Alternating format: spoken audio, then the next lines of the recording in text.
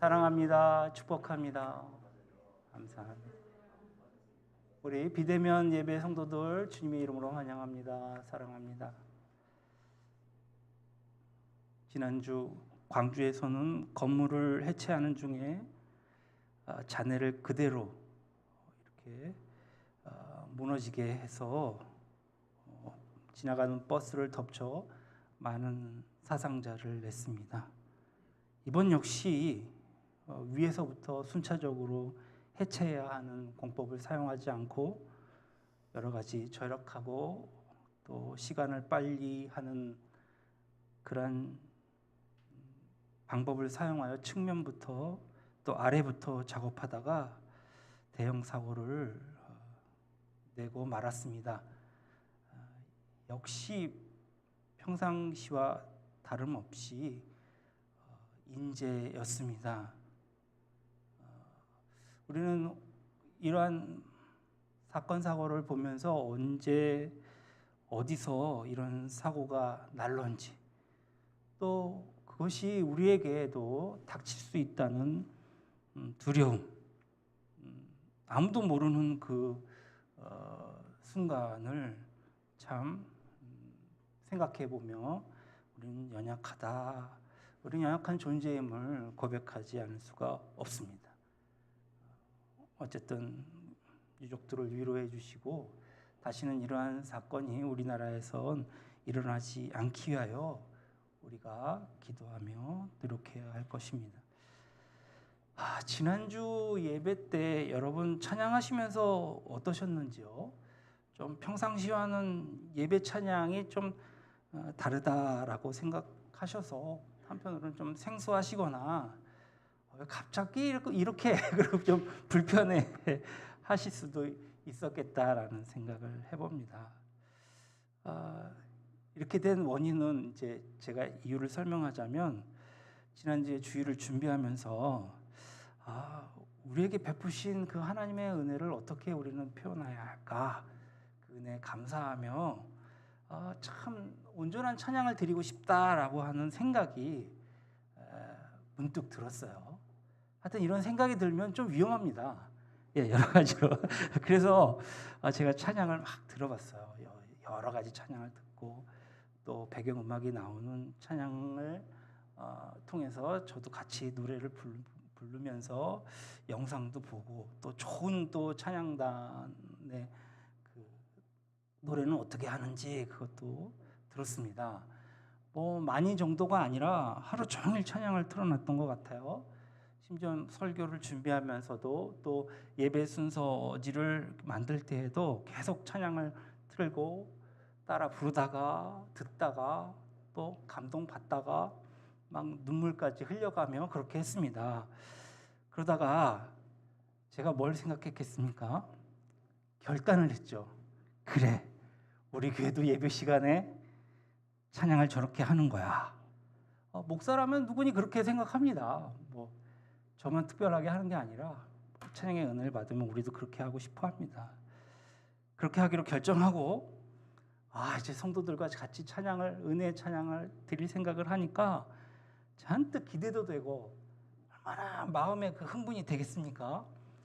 그런데 우리 교회 방송 관계자이신 지혜연 형제와는 아무런 상의도 하지 않고 또 반주자도 사전에 전달사항 하지 않고 혼자서 그렇게 신이 났던 겁니다.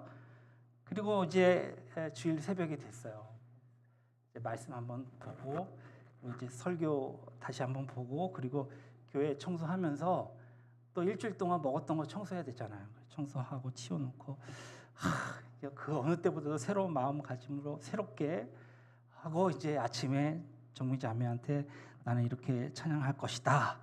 이렇게 주문을 하고 이제 아무런 연습 없는 상태에서 그 예배를 시작하게 된 것이죠.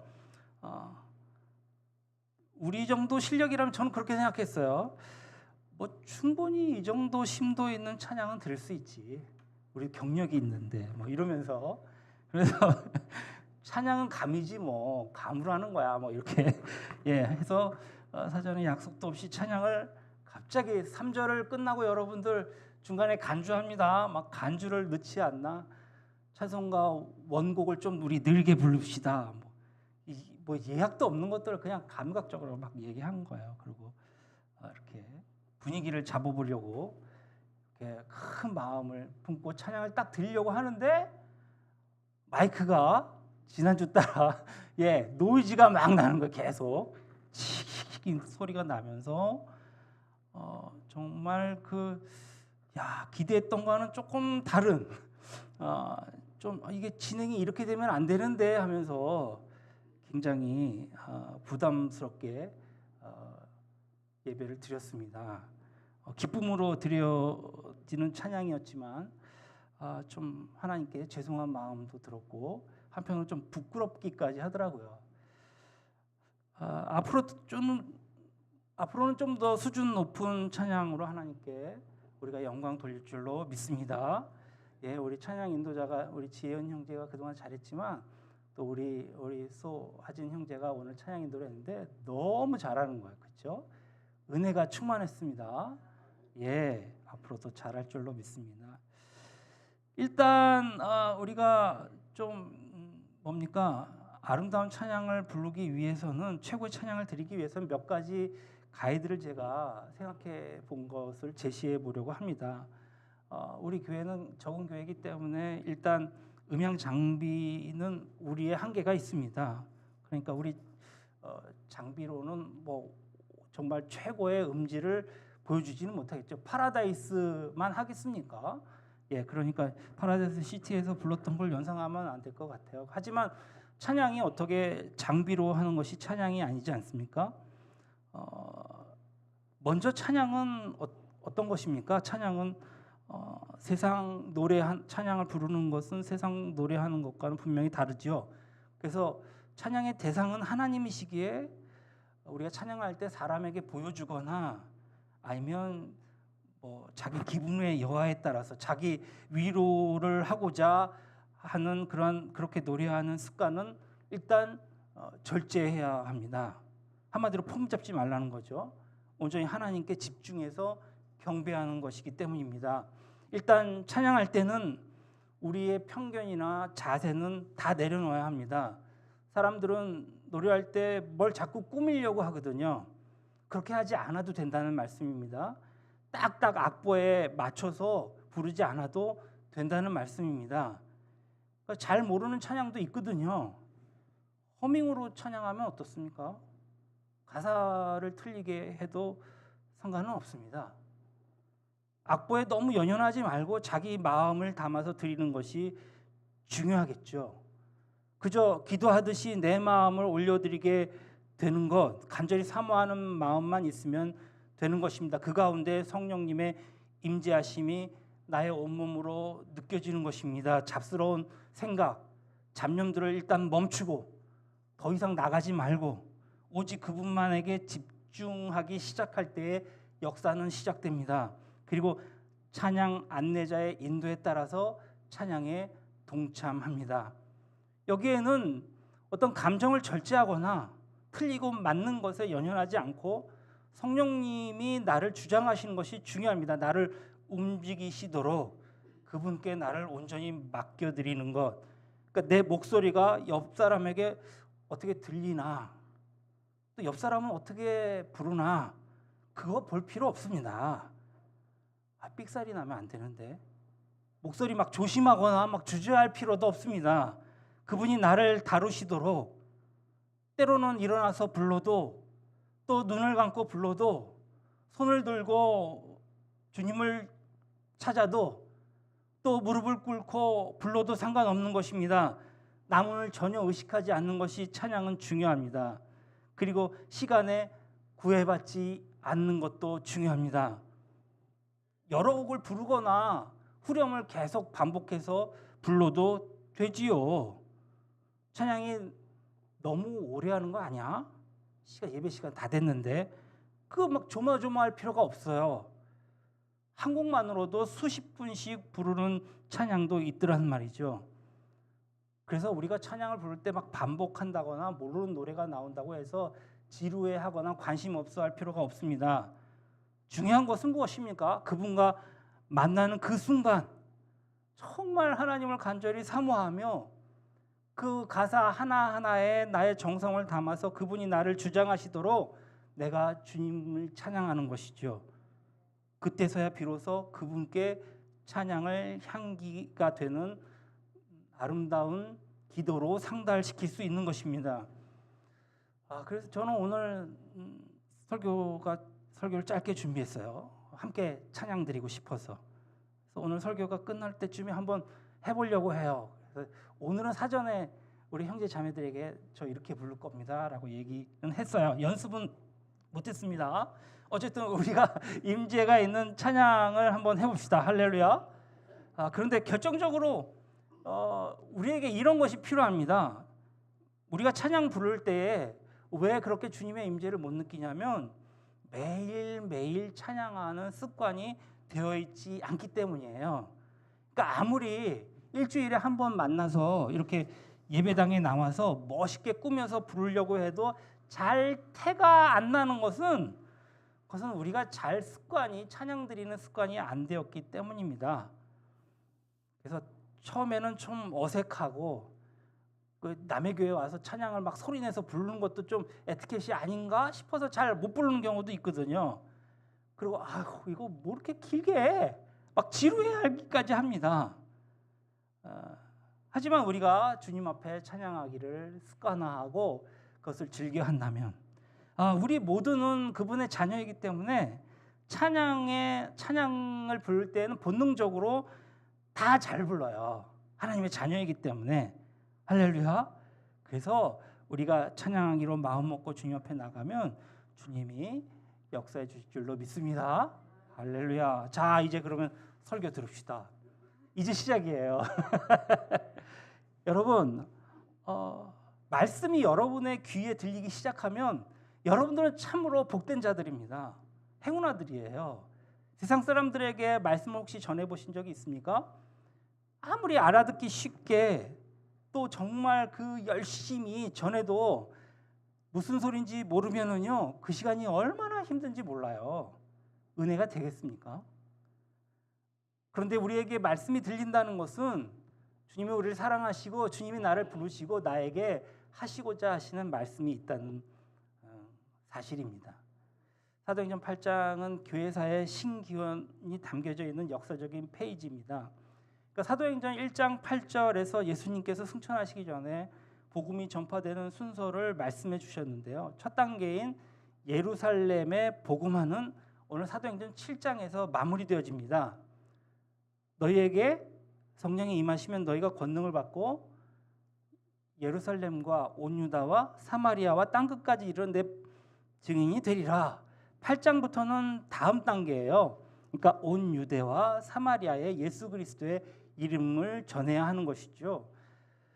복음 전도의 무대가 예루살렘에서 유다와 사마리아로 넘어가는 것입니다. 그렇다면 어떻게 복음이 땅끝까지 전해질 수 있었을까요? 오늘 하나님께서는 이 중요한 임무를 천사들에게 맡기지 않으셨습니다. 어떤 위대한 영물이나 특정 그룹에게 맡기시지도 않으셨습니다. 오직 사람의 입을 통해 먼저 들은 자를 통해 전파되게 하셨다는 것입니다. 그 외에는 다른 길이 없습니다. 결국 복음은 먼저 받은 사람이 전할 책임을 지는 것이죠. 복음을 가장 먼저 들은 이들은 말할 것도 없이 예루살렘 성도들이지 않았습니까? 그들은 누구보다도 먼저 예수를 믿고 구원을 받았습니다. 그리고 주님 안에서 변화되어서 새로운 사람이 되었습니다. 그들이 육신의 적용으로 살던 사람들이 성령의 소욕으로 사는 거룩한 자로 바뀌었습니다. 성품이 바뀌었어요. 옛날 성격이 안 나나 성격이 바뀌었어요. 생활도 바뀌었습니다. 생활 패턴을 바꿔버렸어요. 인생의 목적과 의미도 이전과는 전혀 다릅니다. 예수님 믿기 때문에 근본적으로 변화가 일어난 것입니다. 이렇게 복음을 먼저 받은 예루살렘 교회에서는 그만큼 무거운 책임이 주어졌습니다. 온 유다와 사마리아와 땅끝을 향하여 복음을 들고 나가는 것이죠. 우리도 마찬가지입니다. 내가 가족 중에 가장 먼저 복음을 받았습니까? 그만큼 무거운 책임이 있다는 것을 알아야 하는 것이죠. 보세요. 내 입을 통하지 않고는 가족에게 복음이 전해지지 않기 때문입니다. 나의 입을 통해 예수님이 증거되지 않으면 우리의 부모, 우리의 형제, 우리의 자녀는 구원받지 못하게 되는 것입니다. 어떤 특정 지역에서 어느 교회에서 성도들이 먼저 복음을 들었다? 하나님 말씀을 배웠다? 그것은요, 그만큼 그들의 어깨가 무거워졌다는 얘기입니다. 그러니까 소돔같이 타락한 지역을 구원해야 할 책임은 바로 그 안에 있는 성도들에게 있기 때문입니다. 예루살렘 교회도 복음을 먼저 받았기 때문에 중대한 책임이 있었습니다. 그런데 그들은 오늘 7장의 스데반의 순교와 함께 무서운 핍박을 받았다 했습니다. 이 핍박은 비록 짧은 기간에 자행되었지만 얼마나 거셌던지 갑자기 휘몰아치는 폭풍우처럼 정신을 차릴 수가 없었습니다. 조그만 어떤 핍박이 아니라 엄청 감당할 수 없을 정도의 큰 핍박이었다는 것입니다. 오늘 8장 3절에 보니까 잔멸할세라는 표현을 보면 우리가 그 정도를 가늠할 수 있습니다.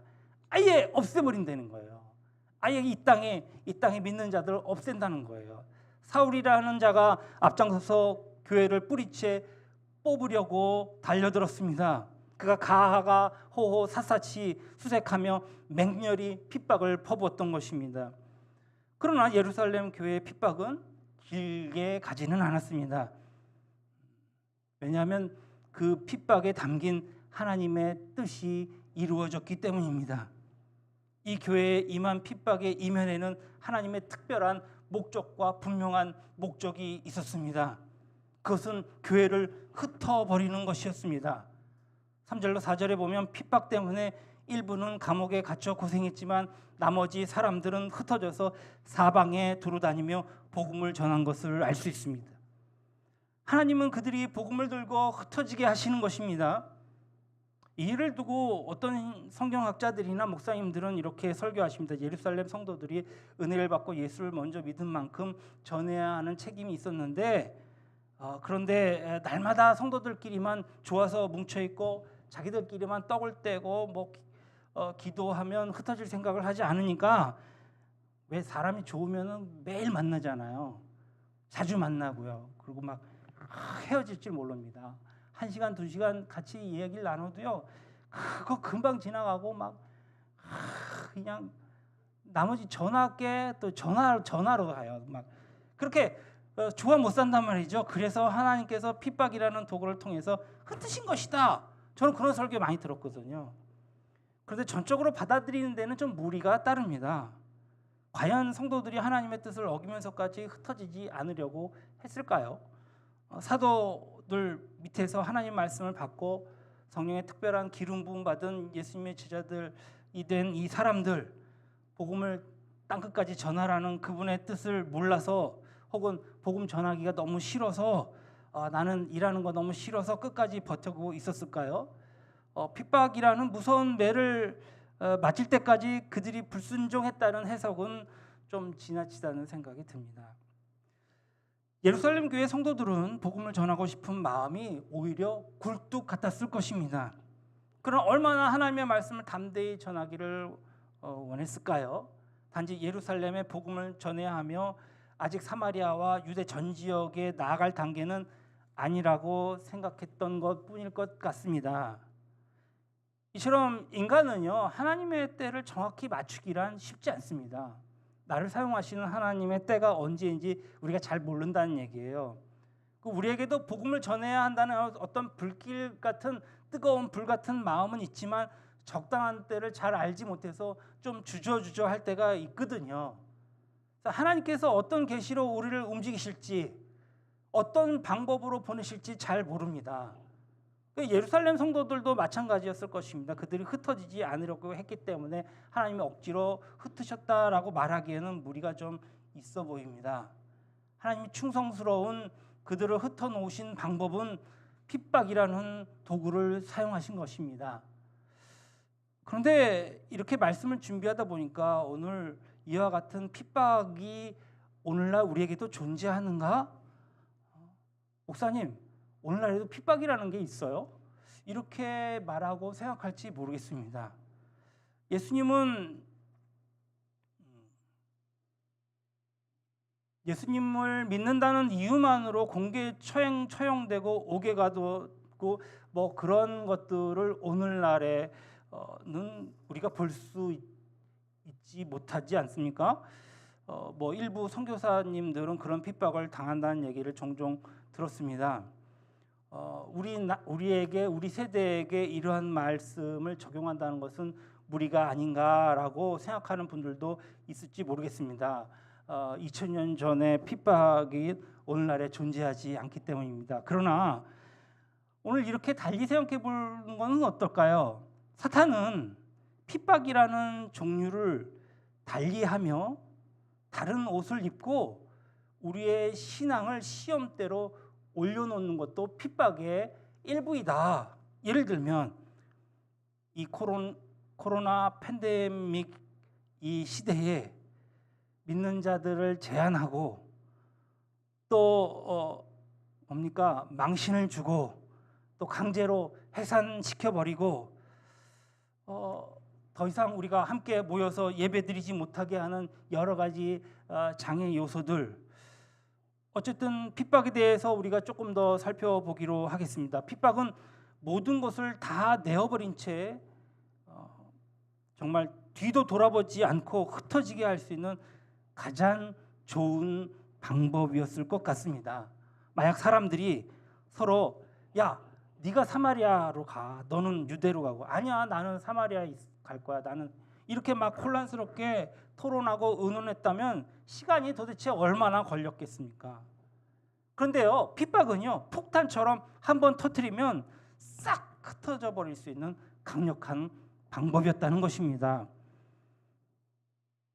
그렇게 사람들이 흩어지고 발을 뗀 그 예루살렘 성도들, 사마리아뿐만 아니라 오늘 온 유다와 땅끝까지 가게 되었다. 오늘 사도행전 11장 19절에 그때의 스데반의 일로 일어난 환란으로 말미암아 흩어진 자들이 베니게와 구브로와 안디옥까지 이르러 유대인에게 말씀을 전하는데, 그러니까 스데반의 사건 뒤에 일어난 환란으로 흩어진 사람들이 어디까지 갔다고요? 사마리아뿐만 아니라 베니게와 구브로와 안디옥까지. 그러니까 구브로는 어디냐면 지금의 터키 아래쪽에 자리한 큰 섬이거든요. 즉 이방 지역에 간 것입니다.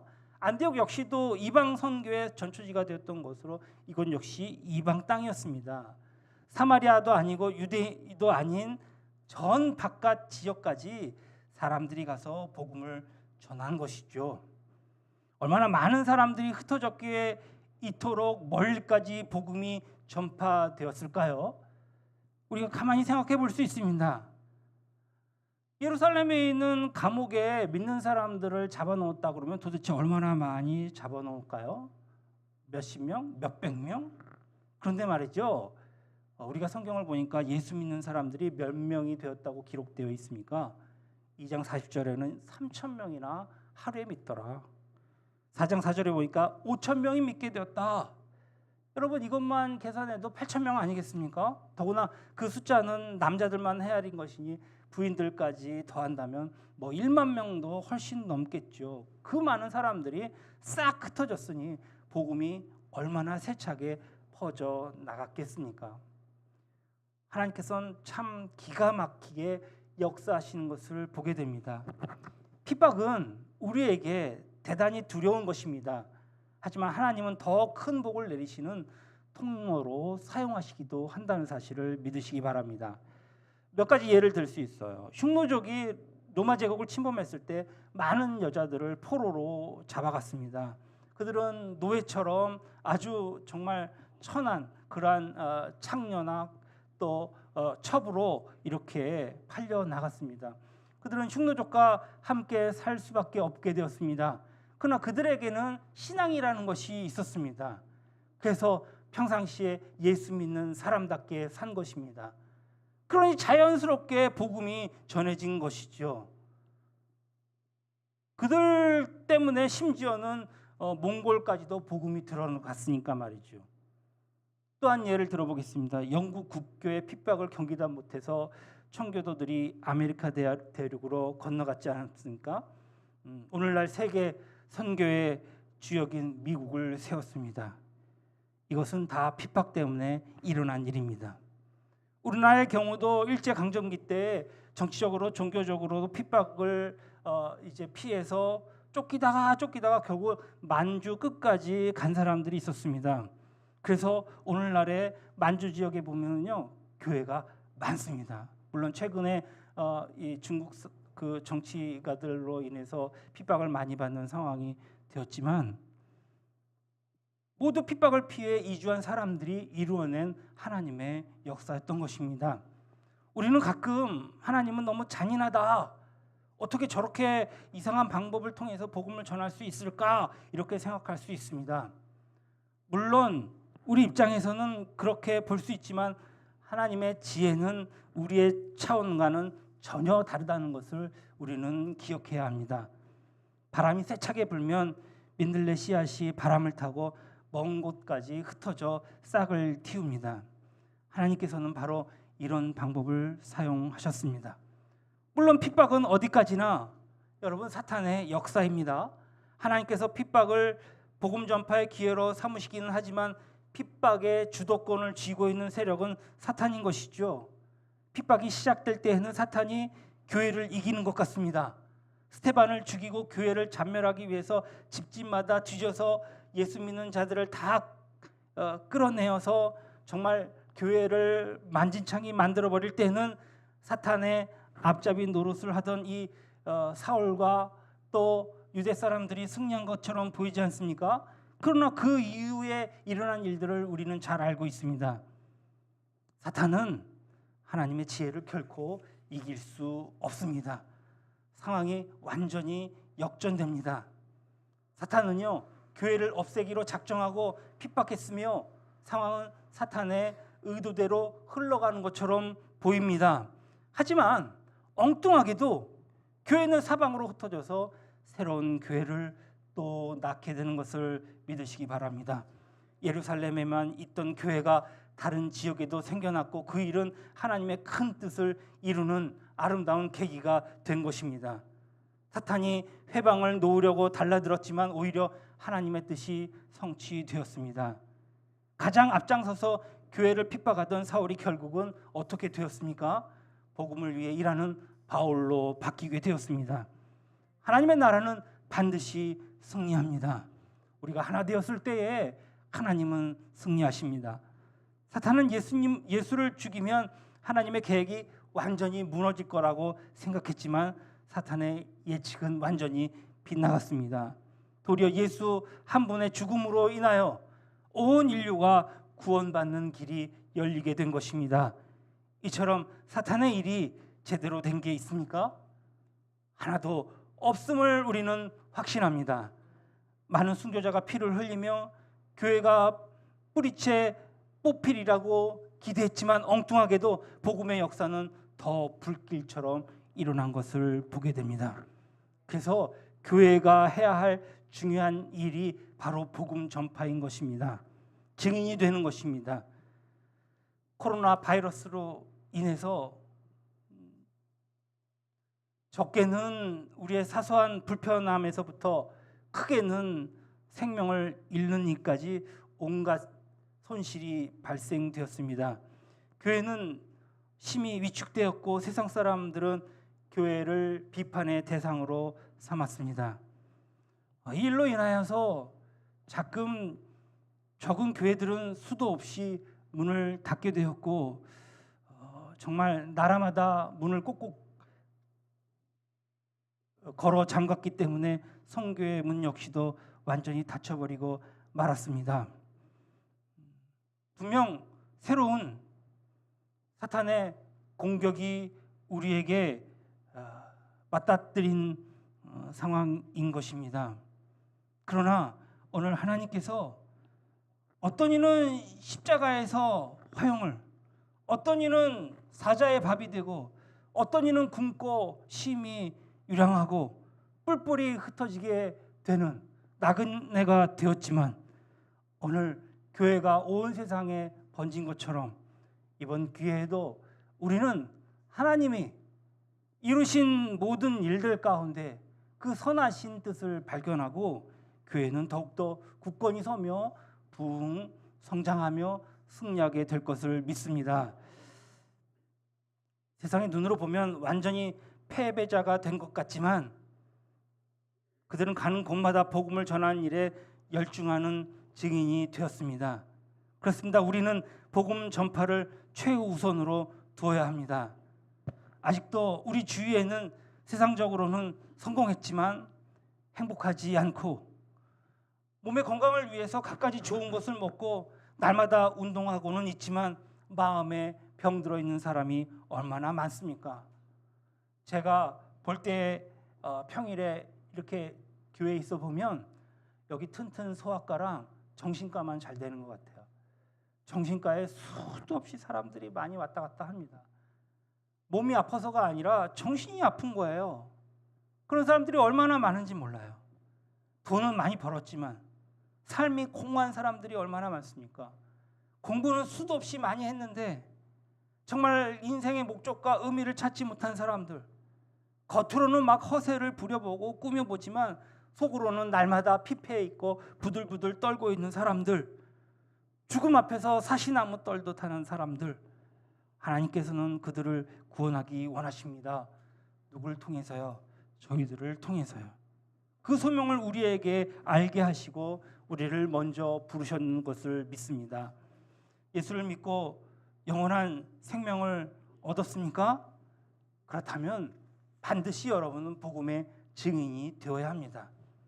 교회가 이 땅 위에 존재하는 이유는 예수 그리스도를 몰라 영원한 멸망의 자리로 떨어지는 수많은 사람들을 건져 올리기 위함입니다. 초대교회 성도들은 핍박으로 흩어졌습니다. 나그네처럼 정처 없이 헤매고 다녔습니다. 그러나 그들은 그 중에도 복음 전하는 일에 열심이었습니다. 오늘 요한복음 12장 24절에 내가 진실로 진실로 너희에게 이르노니 한 알의 밀이 땅에 떨어져 죽지 아니하면 한 알 그대로 있고 죽으면 많은 열매를 맺느니라 했습니다. 예루살렘 교인들은 한 알의 썩은 밀알이 되었습니다. 덕분에 사마리아에서 수많은 열매를 맺은 것을 보게 됩니다. 그들은 또한 유다 각자로 퍼져서 복음을 전했습니다. 그것은 물론이고 구브로와 안디옥에서도 풍성한 열매를 맺게 된 것입니다. 여러분, 오늘 주일을 맞아 우리는 다시 한번 생각해 봐야 합니다. 과연 우리를 왜 부르셨을까? 왜 우리를 이 땅에 예수 믿게 하시고 먼저 주님 앞에 나아가게 하셨을까? 우리 주님 앞에 물음을 던지며 그 무릎에 화답할 수 있는 지혜가 있으시길 주님의 이름으로 축원합니다. 우리 기도합시다. 주님, 지금 우리에게 닥친 새로운 종류의 핍박을 깨닫게 해주시니 감사합니다. 우리에게